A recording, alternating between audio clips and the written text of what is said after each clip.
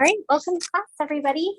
I hope you guys are having a good day so far. So we're going to do section 4.1 today, which is finding solutions to systems of linear equations. So far we've learned how to solve equations with one variable, inequalities with one variable. We've talked about how equations with two variables have an infinite number of solutions you can represent with lines, and inequalities with two variables are like lines with like one half of the graph shaded. So systems of linear equations are basically sets of equations where you have to find a solution that makes both statements true. So the goal here is to find a solution that makes this statement true and this one.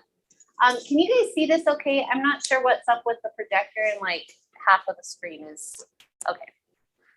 If I write too small or if you can't see it, just let me know. So our goal is to find something that makes both of these true. And since we have two variables, our solutions are going to be ordered pairs. So a single solution will have an X and a Y part to it because you need both parts to guarantee that the statements will be true. So there's three different ways that you can solve systems of equations. The first one is by graphing. And I don't usually solve by graphing just because like your graphs have to be like perfect in order to actually get the solution. On your homework, you have a couple questions where they'll ask you to solve by graphing. And in that case, it should work fine because like the computer is going to graph it perfectly and you'll be able to find the intersection pretty easily. But I do find this helpful for checking your answers. So once I show you the other two methods, if you're, like doing it on a test or something and you are not sure if you solved it right, graphing can be a really good way to check your answer and see if the answer you solved was reasonable. So the idea for graphing is basically that you're going to graph both of the equations individually. So essentially you're going to find all of the solutions to this equation and all of the solutions for this one, and you're going to see where the solutions are the same. So if we look at the first equation, in this equation, we know that the y-intercept, whoops, I should write that as b, is +3 because this is in slope-intercept form, and the 3 is in that spot where the y-intercept goes. And then the 2 is in the slope spot, so I know that my slope is 2, or I could write it as 2/1, so that I have like a rise over run to help me graph it. So I could say, okay, well, I know my y-intercept is at 3. And if I go up 2 and over 1, that means that point is a solution. And you could also test that out by plugging in x equals 1. Because if x equals 1, then y would have to be 5. So you can get that point either way. But I like using the slope. So I'm going to do it again and go up 2 over 1. Because the slope just describes how steep the line is. And if I repeatedly do the slope, it's going to give me several points. And the reason I'm doing this is just to make sure that my graph is perfect, because that will be important for finding the solution. So you could also write the slope as -2 over -1, because that still equals 2. So I could also go down 1 or down 2 and backwards 1, down 2 and backwards 1, down 2, backwards 1. And that's probably enough points to give me a pretty good idea of what this line looks like. So I'll carefully connect all of those so that my graph is mostly perfect. And I'm just going to erase these slope things so they don't get in the way of my next line. So essentially this black line is representing the infinite number of solutions to this first equation. Then for the second equation, this one is not in slope-intercept form, so I would probably find the intercepts. So if x is 0, what does that mean the y-intercept will be? Yep, it'll be +2 because I'll have 0 minus 2, that will equal -2. So my y-intercept will be at +2. And if y equals 0, what does the x-intercept have to be? Yep, -2. So this is kind of a review of what we did before. And if I connect those in a straight line, this blue line represents all of the solutions to the second equation. And so the goal of solving our system is to find a solution, or maybe multiple solutions, where both of the equations are true. So if we look at this, the black line has all of the solutions to the first equation. The blue line has all the solutions to the second equation. Well, the only point that they both have in common is this point right here, or their intersection point. And so that point is the solution to the system. So each of the equations individually have an infinite number of solutions, but the system only has one solution because there's only one solution that makes both of them true. Everybody good with that?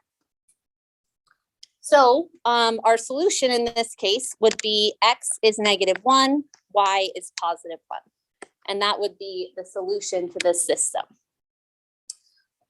So that's the first method of solving systems. And in a situation like this, especially where I had the graph and I could be precise, it does give us an accurate calculation. But if our answer was like a fraction or something like that, graphing is not really the best way to go because it's kind of hard to tell on a graph what the fraction is. You can tell kind of what it's close to, but you may not be able to find precisely what the fraction is. So the other two methods are more calculation-based, and they will give you a more precise answer than graphing will. So I'm going to solve this exact same problem with another method. So we already know what the answer is, and whatever answer I get on the next slide, it should be the same as this, because I'm going to solve the same system. So the next method is substitution. And both with substitution and elimination, which is the one I'm going to teach you guys next, the goal here is to temporarily get rid of one of the variables to make it so that you can solve for the other one. So the way you do it with substitution is you get a variable by itself. So in this case, the y is already by itself on one side of the equation.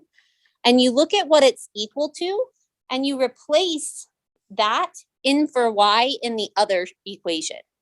So that's why it's called substitution, because I'm going to substitute this for y in this equation. And the reason why I can do that is because in the system, whatever solution I end up with, this x and this x should be the same x. And this y should be the same y. And so if y equals this stuff, then I can replace this y with that stuff. So what I would do is I would say, okay. Minus 2x plus 3. Mm-hmm. Yep. And you want to put the stuff that you substitute into parentheses. So like in this case, because we're subtracting y, and you want to make sure you subtract all of it. So when you substitute it in, put it in parentheses so that if there's anything out here that needs to be distributed, you can do that. So in this case, we would end up with x minus 2x minus 3 equals -2. And then, and again, the benefit to this, like the reason we would even want to do this is because now we only have x's and we can find out what x is. So we temporarily got rid of y so that we can find out what x is. That's kind of the strategy here. So x minus 2x is -x. So I have -x minus 3 equals -2. Then I add 3 to both sides, and I get -x equals +1, which means that x equals -1 if you divide by a negative. So that's part of my solution, but it's not the only thing in my solution, because if I just say, oh, x is -1, well, sometimes it will be true, but sometimes it won't be because it depends on what y is. So we need to find the other part of our ordered pair and figure out what y would need to be. So if x equals -1 is part of our solution, what does y have to be in order to make the equations true? Yep, it would be 1, because like if I look at the first equation, 2 times -1 plus 3, well, the only thing that y can be in order to make that true, is 1, because you get -2 plus 3, so y has to be -1, or +1. So that would be the second part of my solution. So our entire solution would be x is -1, y is +1. And that's the same answer that we got over here, which is good because they're the same problem. So we should end up with the same answer either way. And by the way, it doesn't matter whether you plug it into the first equation or the second one. So I plugged it into the first one just because like I thought that would be easy to find y, but you could have also done -1 minus y equals -2. And that would mean that y would have to be 1 because -1 minus 1 would be -2. And you could go through and solve that. So you can kind of just choose whichever one you think would be easiest to plug it into. But if you do this process correctly, you should get the same answer for the other variable in either case. All right, so let's do a check-in on this. So scale of 1 to 5, how are you guys feeling about substitution? Okay, awesome. So the next strategy, and again, these are all just different ways of finding solutions to the system. So this other strategy, we're again going to temporarily get rid of one of the variables, but the way we get rid of it is different. So a substitution, we took what the variable was equal to and we substituted it in. In this one, we're going to add the two equations together in a way that eliminates one of the variables. So in this case, I'm going to kind of write these out so they're separated a little bit more.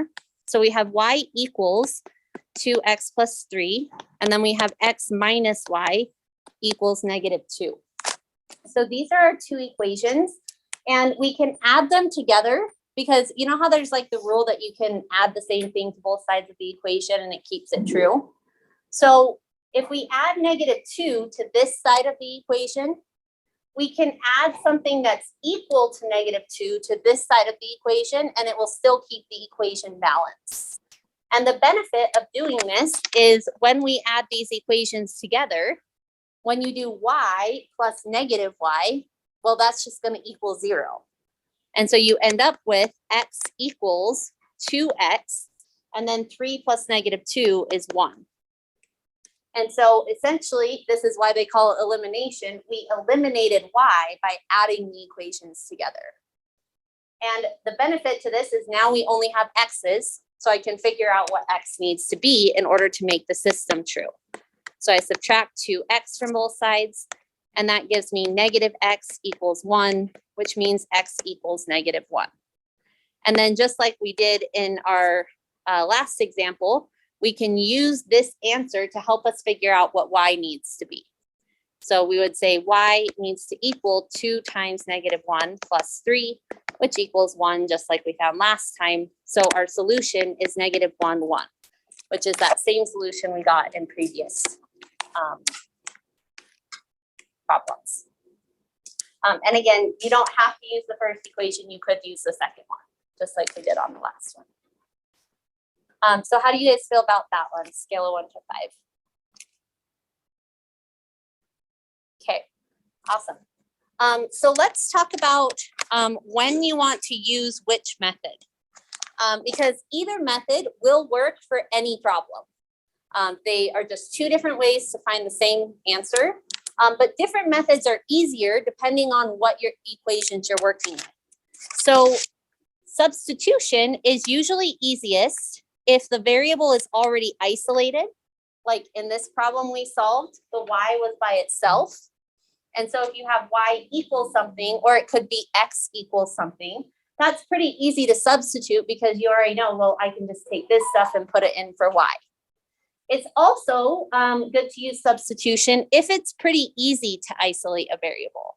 So like in this equation, the x isn't by itself, but it also wouldn't be very hard to get it by itself. You could just add 3 over here, and then you would know that x equals 5y plus 7. And then you could substitute that in for y. So those are the types of situations where it's good to use substitution. And then elimination is good to use if you have matching coefficients. So like in this case, if we have a 2y and a -2y, well, if you add the equations together, that will eliminate y.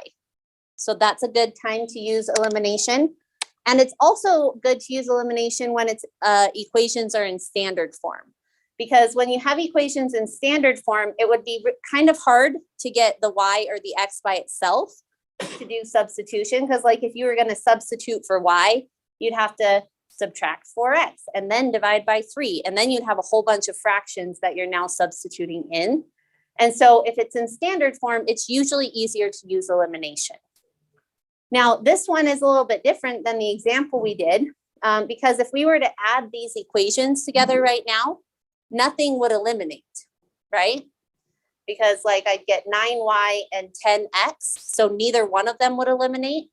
So that's actually relatively common. And the way you work with that is you multiply either one or possibly both of the equations by something that will make it so they will eliminate. So like in this case, I might multiply this by -2, because that would give me -6y minus 8y equals -10.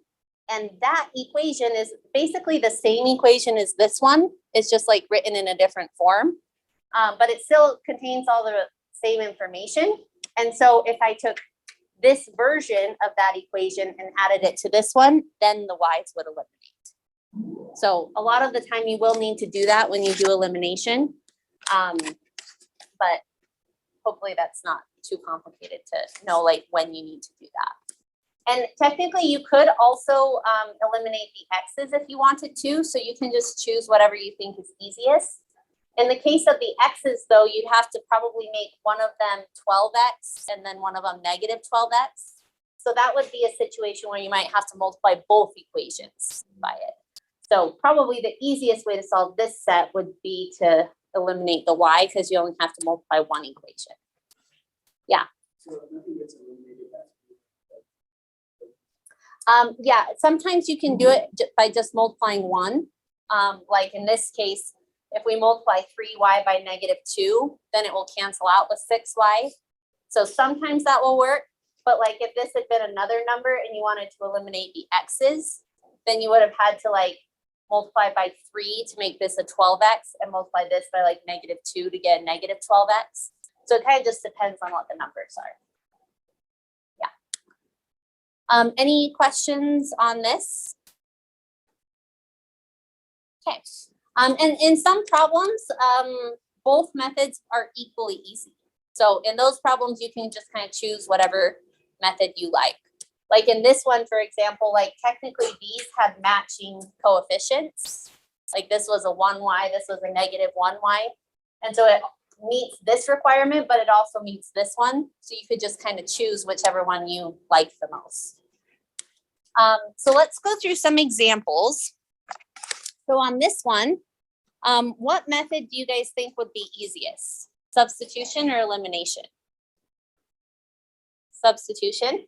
Yeah, I would agree with that because we have a y that's isolated. So I can take that y and substitute it in. And actually in this case, we have two y's isolated, so you could choose either one to substitute.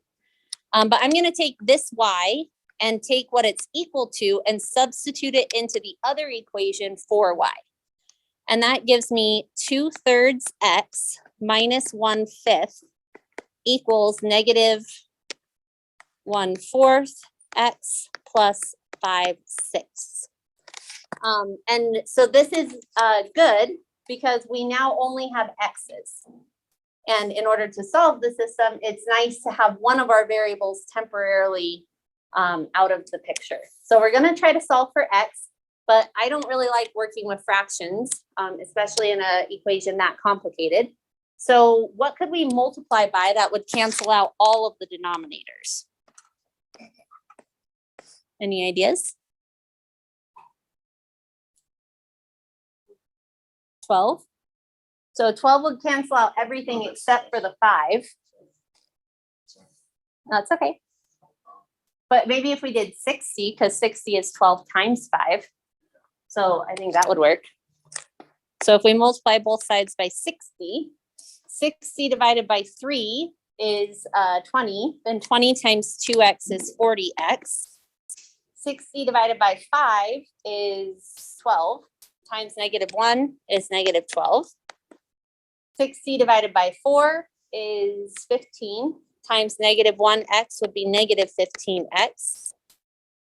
And 60 divided by 6 is 10. Times 5 would be 50. Is everybody good with how I got that? And since I have x's on opposite sides, I need to get rid of one of them. I would probably get rid of this one because it's negative, and I prefer working with positives, but you could do either one. So if I add 15x to both sides, and maybe while I'm at it, I'll also get rid of the negative 12 over here. So the constants are all on one side as well.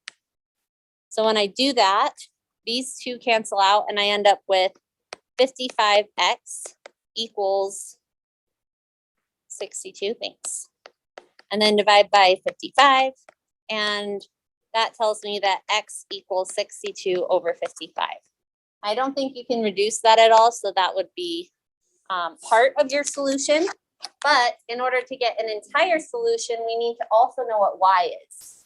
Because if I just say, oh, my solution is x equals 62 over 55, well, that would make a solution to both of these equations if you have a specific y. But if you just have any random y, it won't always make it true. So we need to define what y is as well. So I'm going to do that by plugging this back into one of my original equations.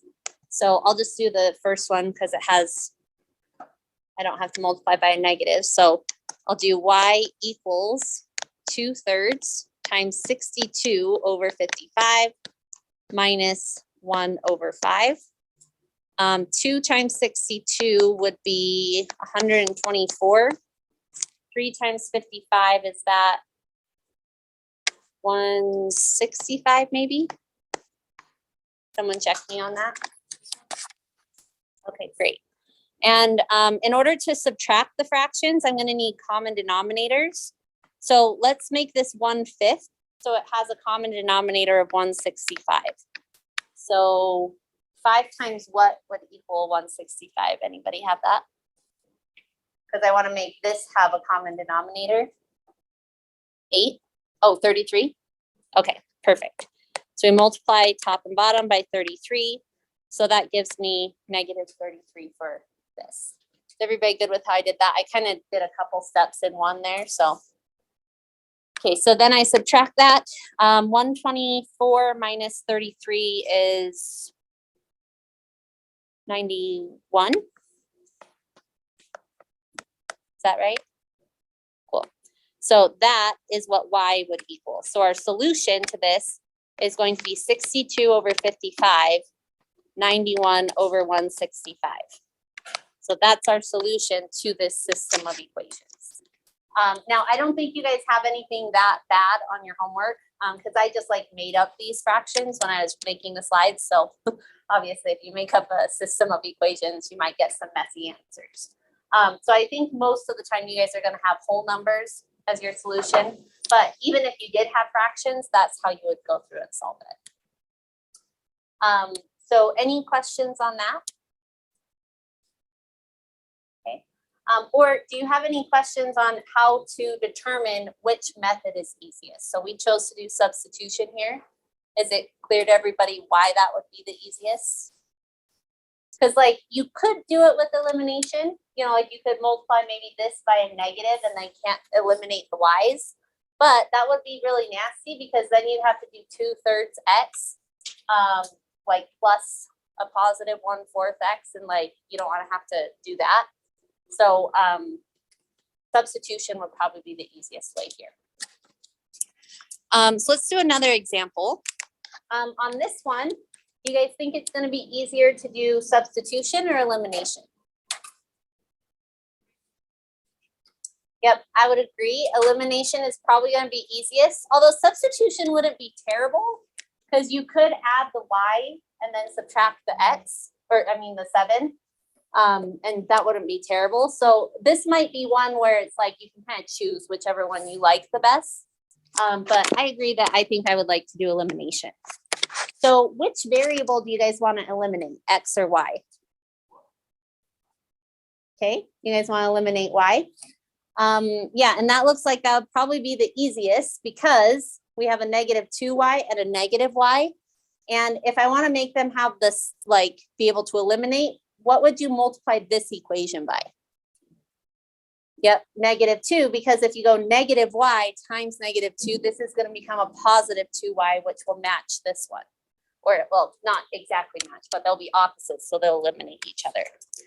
So if we multiply both sides of this equation by negative 2, we end up with negative 10x plus 2y And that was kind of the whole thing we were going for. So this equation is the same equation as this one. It's just been modified so it looks like it's kind of scaled up, I guess. And then I have negative 3x minus 2y equals negative 12. So when I add these two together, I end up with negative 13x equals negative 26.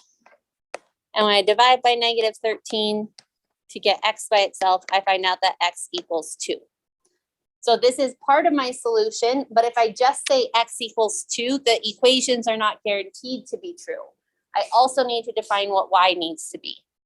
So why don't you guys actually calculate that out? What would y need to be if x equals 2?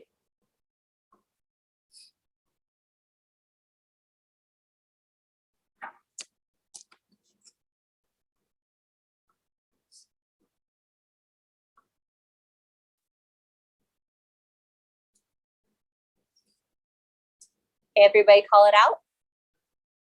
Yep, that was really quiet, but yes, it is correct. It is 3. Because if I do 5 times 2 minus y equals 7, that's 10 minus y equals 7. And you could subtract 10 and divide by a negative, or you could just use the fact that we have subtraction memorized, and that's going to have to be a 3. So y equals 3 would be the other part of the solution. And you could also get that from this equation. It would just be like a little bit more solving. So this equation is probably easier to get that from. So our solution in this case is x equals 2, y equals 3. And if you wanted to check your work on this, you could graph both of these lines, and the intersection of the lines would be at x equals 2, y equals 3. So you can use graphing to check your answers. I wouldn't recommend it though to like solve systems, because if your answer is something like this, you might be able to see where the intersection is, but you're not going to be able to know that the intersection is at 62/55. You know, like you'll be like, oh, well, it's between 1 and 2, but which fraction is it between 1 and 2? So that's kind of just some details on like how to decide which method to do. And on some problems, you're going to end up with no solutions. So this is an example of one. So in this equation, if you were to solve it, or sorry, in this system, what method would you guys use? What did you say? Addition. Yeah, so thank you for saying that, because I forgot to mention it. So elimination on your homework is also called addition. I don't know why they call it two different things, but elimination and the addition method are the same idea. Yep. So we're going to multiply this top equation by -3 to make it so that they do eliminate. So if I multiply by -3, I get -9x minus 6y equals -15. And then 9x plus 6y equals 13. And when I add these two equations together, I actually end up with 0 plus 0 equals -2. Because the way that these two equations were designed, both of them ended up eliminating. That doesn't usually happen, but sometimes it does.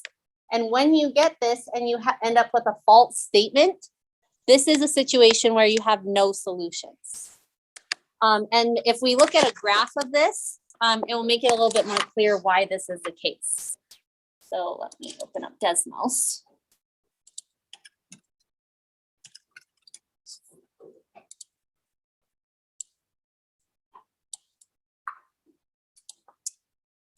Okay. So our two equations are 3x plus 2y equals 5 and 9x plus 6y equals 13. So I'll zoom in a little bit so you can see these better. But essentially what we've got going on here is we have two parallel lines. And remember, these lines represent the solutions to each of the equations, but if they're parallel, they're never going to overlap anywhere or intersect anywhere. And so that's why there's no solution. And that will happen whenever you solve the equation and they both eliminate. So if the x and the y eliminate at the same time, then that means that they're parallel lines. Now, having parallel lines doesn't always mean that there's no solutions. because there's one situation where it won't. So on this one, what method do you guys think would be easiest? Substitution, yeah, because the y is by itself. And there's actually a typo on this slide. This should be a 24. So if you want to change that, that should be a 24. So if I substitute this in and I say y equals 1/4 x minus 3, if I substitute that in for y, I'm going to get 2x minus 8, and in parentheses, I'll have 1/4 x minus 3, and this equals 24. And again, the reason I put these in parentheses is because it's -8 times y, and if y equals all of this stuff, I need to make sure I do -8 times all of it, not just the first part of it. So I'm going to get 2x, -8 divided by 4 is -2 times 1x is -2x. -8 times -3 is positive 24.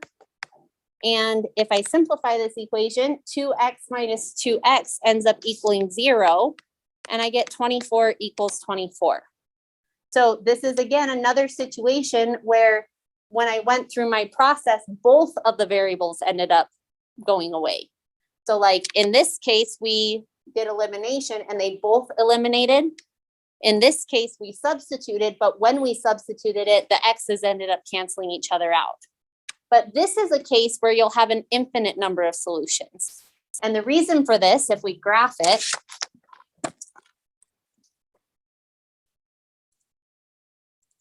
move that over. So we have y equals 1/4 x minus 3. And then our other equation is 2x minus 8y, whoops, minus 8y equals 24. Okay, so if we scroll down and look at this, so the green line represents all of the solutions to the green equation. And when I click on the purple line represents all the solutions to the purple equation. Well, they're the same line. Both of these equations are the same line. This one's just in slope-intercept form and this one's in standard form.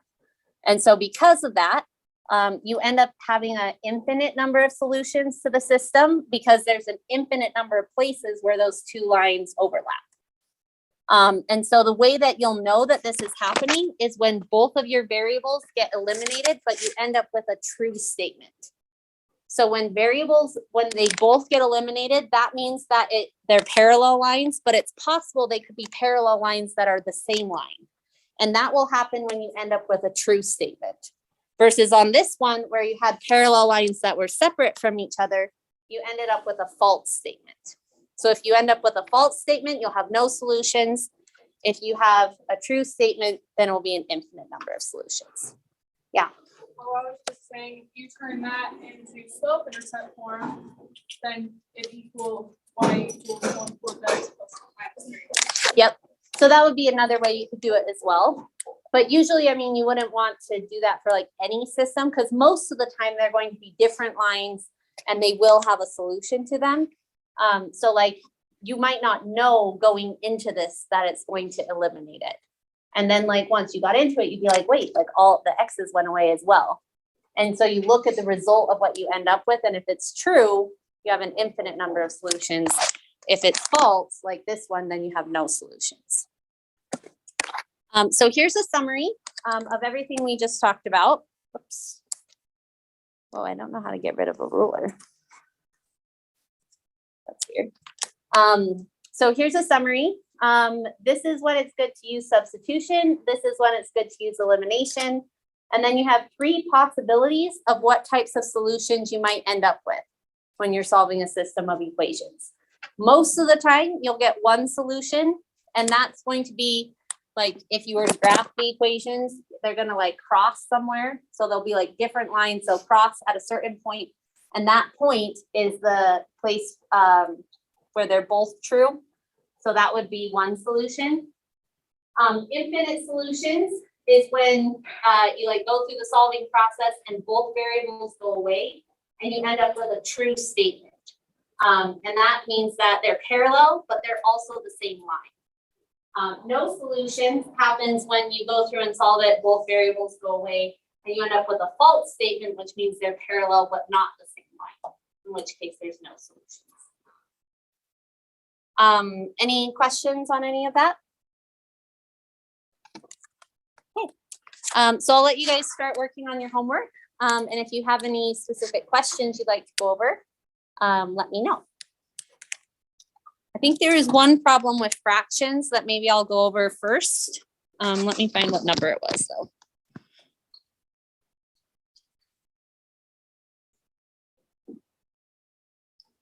Yeah, it's question 8. So if you guys want to follow along with me on question 8, you're welcome to.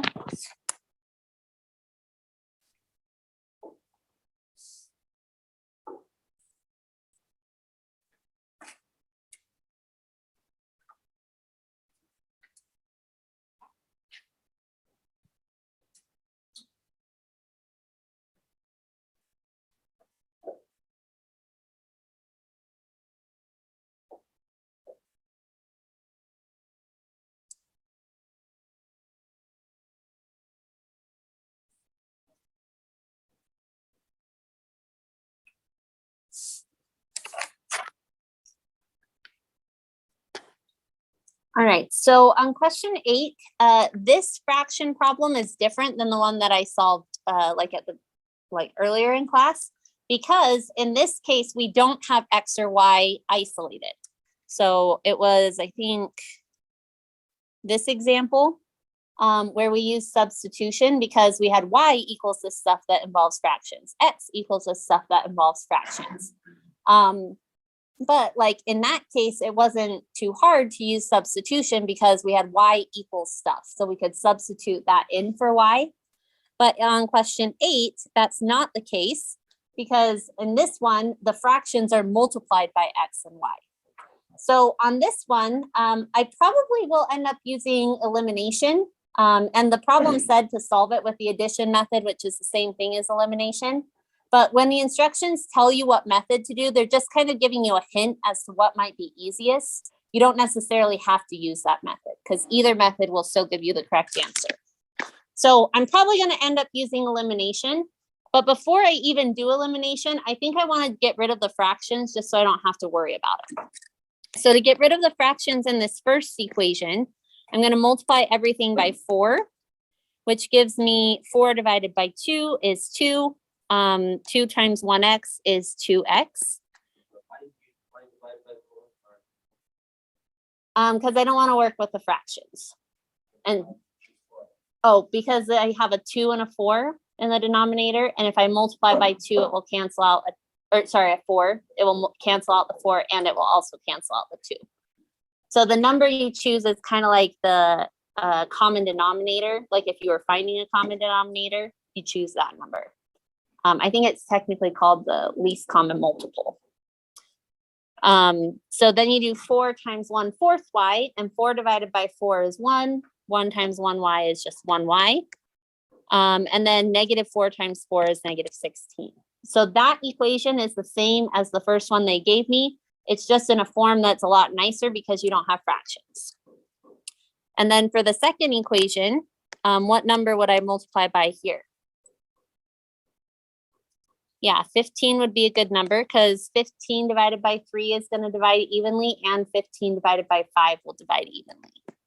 So 15 divided by 3 is 5. 5 times 1x is 5x. 15 divided by 5 is 3, and 3 times 2y is 6y. And then I don't know what 12 times 15 is. Does anybody have that?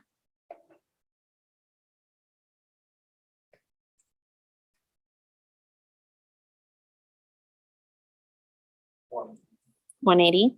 Okay, awesome.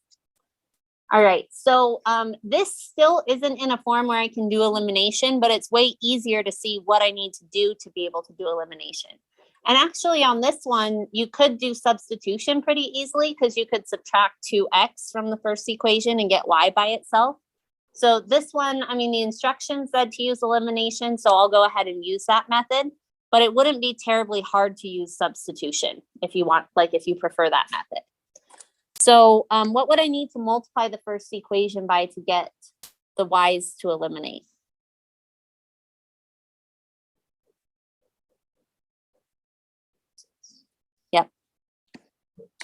I mean, you could do the x's, but then you'd have to multiply both sides or both equations. So probably be easiest to eliminate y's. And that's going to give me, sorry, I'm kind of like running out of room here. But for the blue equation, I'll end up with negative 12x minus 6y equals whatever 16 times 6 is. I think it might be, is it 96? Maybe. Yeah, it should be. 96, okay. And then I'd have 5x plus 6y equals negative 180. And I can add those together because that will eliminate the y's. I'll get negative 7x equals negative 84.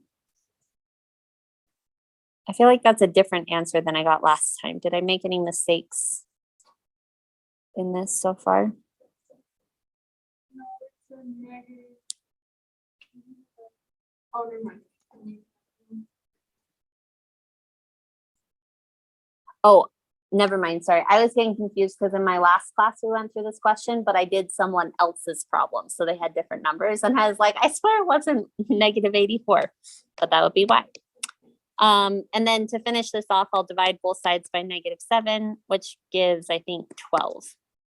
So that's the x part of my solution. So x equals 12.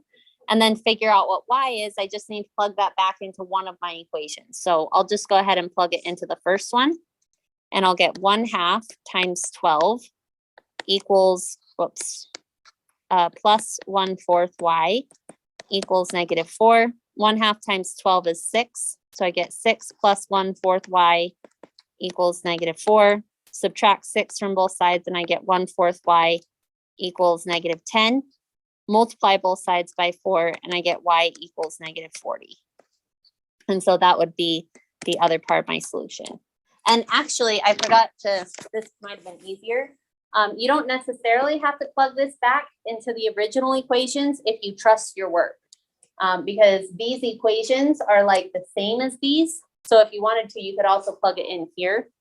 And you could say like if x is 12, 2 times 12 is 24. Plus y has to equal negative 16.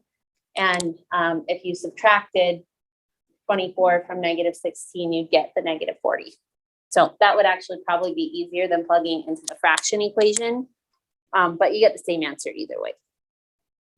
Or wouldn't you plug it into like one of your original things? Yeah, so you can plug it Because into the you original. times negative 6, so that's how you got the negative 12x, and then that's how you did that. But wouldn't you plug it the 12 into one of the original? So it doesn't matter which one you plug it in, because that's what I did. I took x equals 12 and I plugged it into this equation. But if you plug it into this equation, you get the same answer. Because if you do 2 times 12, that's 24. And if you subtract 24 from negative 16, you still end up with negative 40. And the reason why it doesn't matter is because when we multiply both sides by the 4, like it still kept the equation balanced. So this blue equation is the same as this equation in terms of what makes it true. Like if you were to graph this and graph this, they'd have all of the same solutions. So it's like just kind of like different ways of describing the same line. So it doesn't matter which one you plug in, assuming you did this step correct. Like if you made a mistake, then that would So make a you would difference. still do 2x at 2 times 12 plus y. Mm-hmm.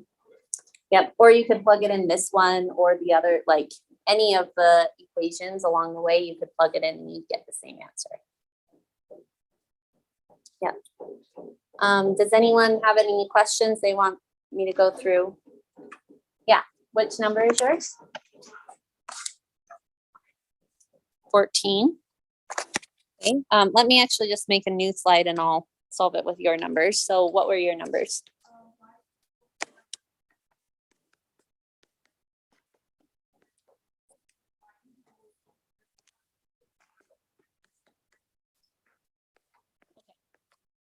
Oh, there's an X there.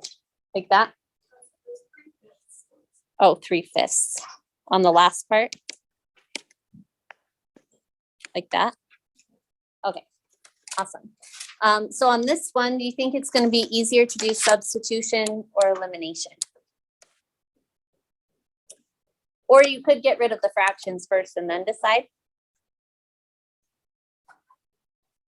Okay, so if you wanted to do elimination, I would get rid of the fractions first. However, the way that these equations are set up, it wouldn't be very difficult to do substitution because you have the y's by themselves. And so you could say, well, if y in the first equation equals this stuff, then I can take that stuff and substitute it in and then get rid of all of the fractions all at once. So you could do, like there's lots of different ways you could approach it, but that's the way I would do this one. So I'd say 1/2 x plus 2/3 equals -1/3 x minus 3/5. And then I need to find a number that I can multiply this equation by that gets rid of all of these fractions. Do you have an idea of what that number might be?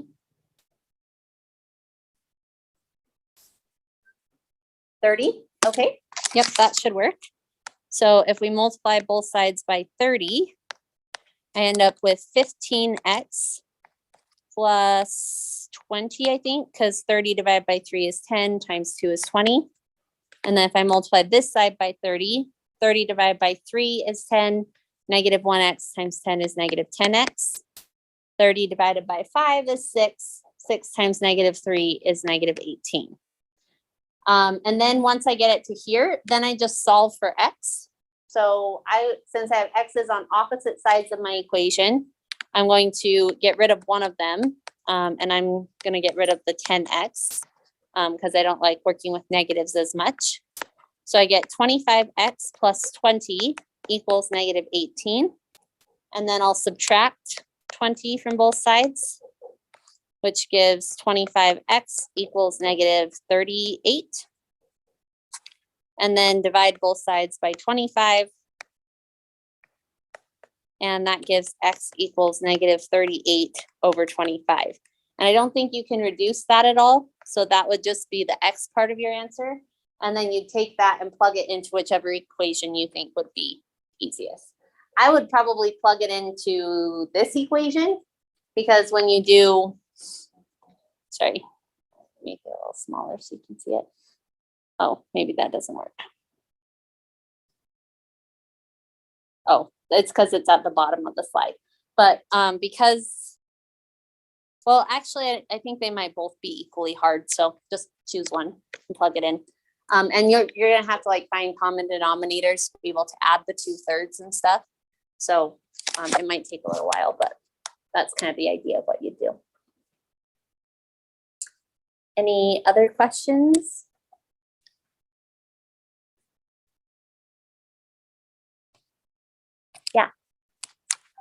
It's question 8. I just can't figure it out with my number. Okay. Totally. Yep. All right. It's the first one.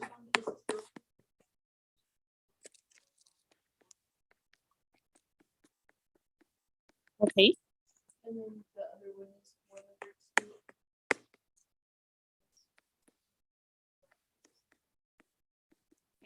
Awesome. So since there's no variables by themselves like there were in her problem, I would just get rid of all the fractions and then decide what to do from there.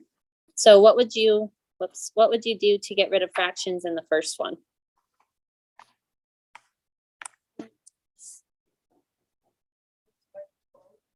Perfect. And that would give us 4x, right? Plus 3y equals 12, I think. Is that what you got when you solved it? Oh, actually, sorry, I think it should be an 8x. Okay. All right, so we've got that. And then in the second equation, what would you multiply there? Okay. And that should give 3x plus 2y equals 36, I think. Okay, so now that we have equations that don't have fractions, so these are much nicer versions of the equations, what method do you think would be easiest? Do you want to try doing substitution or elimination, or?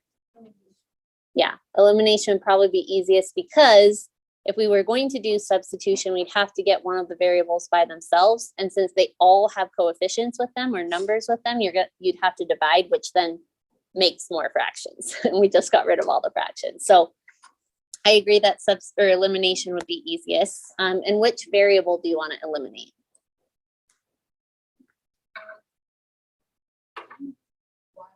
Okay. And so we have a 3y and a 2y.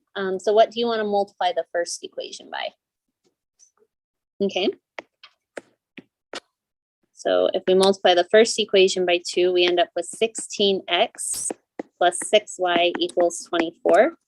And then the second equation won't eliminate the y's as it is right now. So this is a situation where we're also going to have to multiply the second equation by something. And what would you multiply that second equation by? Yep, and we're actually going to make it a -3 so that like they'll cancel out. So that will be -9x minus 6y equals, I have no idea what 36 times 3 is.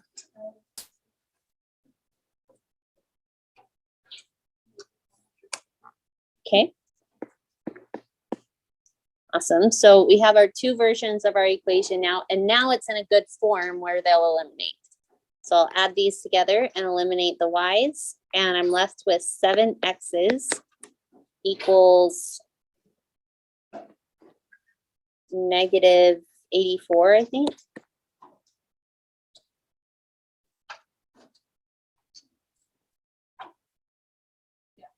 Okay. And that means that x would equal -12. And then, so like you can plug them into the original equations, or you can plug them into like your modified equations. So I think probably that second modified equation in black would probably be the easiest one to plug in -12 to, but the fraction ones wouldn't actually be terrible because 12 will end up canceling out the denominator, but I'll still just try to avoid fractions. So I'll say 3 times -12 plus 2y equals 36. So I get -36 plus 2y equals 36. Add 36 to both sides and you get 2y equals 72.